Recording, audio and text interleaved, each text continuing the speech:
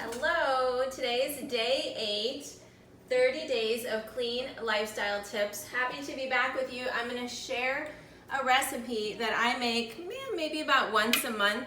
I have a sweet tooth. I know I'm not the only person, so I'm going to make a recipe that tastes just like raw cookie dough, but doesn't have all of those ingredients that lower your immune system. So let's start. I want to keep this short and quick for you. So in the food processor, I have almond flour. Actually, I'm using walnut flour today.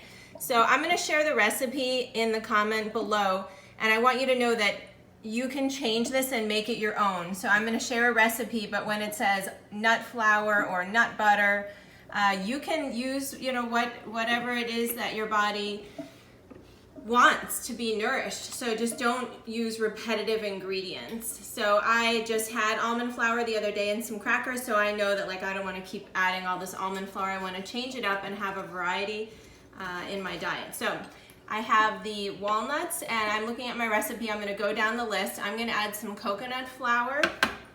And so I developed this recipe, I don't know, maybe a year and a half ago, because I have a sweet tooth. It's not going to go away, and I do want to enjoy a little something sweet. So I keep these in the freezer. I just added some flax, freshly ground flax. I'm just going to put it all in. And I'm going to add some collagen. This will be optional for you. Don't have to add it. And let's go down the list. Coconut sugar. So I'm going to add 3 tablespoons of coconut sugar. And everything goes in the food processor. If you don't have a food processor, you can definitely do this in a mixing bowl. So now I'm going to add nut butter, and oh my gosh, curses, I'm using peanut butter. Yes, peanut butter is not banned in our house. I know that it has a bad rap, but since my body is in balance and I am in good health and my inflammation levels are low and I don't have an allergy, I am not afraid sometimes to use peanut butter. I will use all kinds of nut butters. And let's see, I'm going to add some coconut milk. 2 tablespoons, maybe 3, we'll see. Organic, I'm using light coconut milk, just happens to be light, but you can use either one. Peanut butter. Vanilla extract, I would normally put that in, but I'm out right now. I'm going to add some espresso sea salt. So this is really good sea salt with espresso. I like to add a good pinch because I want it to be balanced. And then I'm going to add chocolate chips. So I use, these are the ones I use. They're 100% cacao, so there's no sugar added.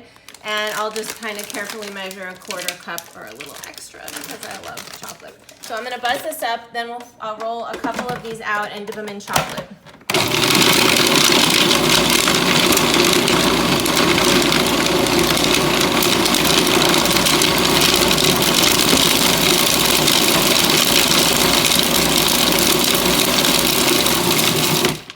Perfect. So those are done. And let me just take a look. Oh my goodness, I'm so excited. So normally I would chill these, but I want to make one now so you can see. So this is ready. So I roll them into little balls. Here I have more of that same chocolate. I'm going to get a special tool for this. Okay, so I roll this in that 100% cacao. And there's proper techniques for this. I like to normally put it on parchment paper, but for now I'm just going to put this right here on this little plate. And then, boom, we need some Jacobsen sea salt, just a little on top, a few of those flakes. And this is a treat. I keep these in the freezer. This will make about, what does my recipe say? I think about 12. It depends what size you're going to make them. These are delicious and kind of nutritious. They're healthy fats. I love the salt on top. You can also roll this in coconut, shredded coconut. Just cocoa powder would be delicious. So I keep them in the freezer, and they're a fantastic treat.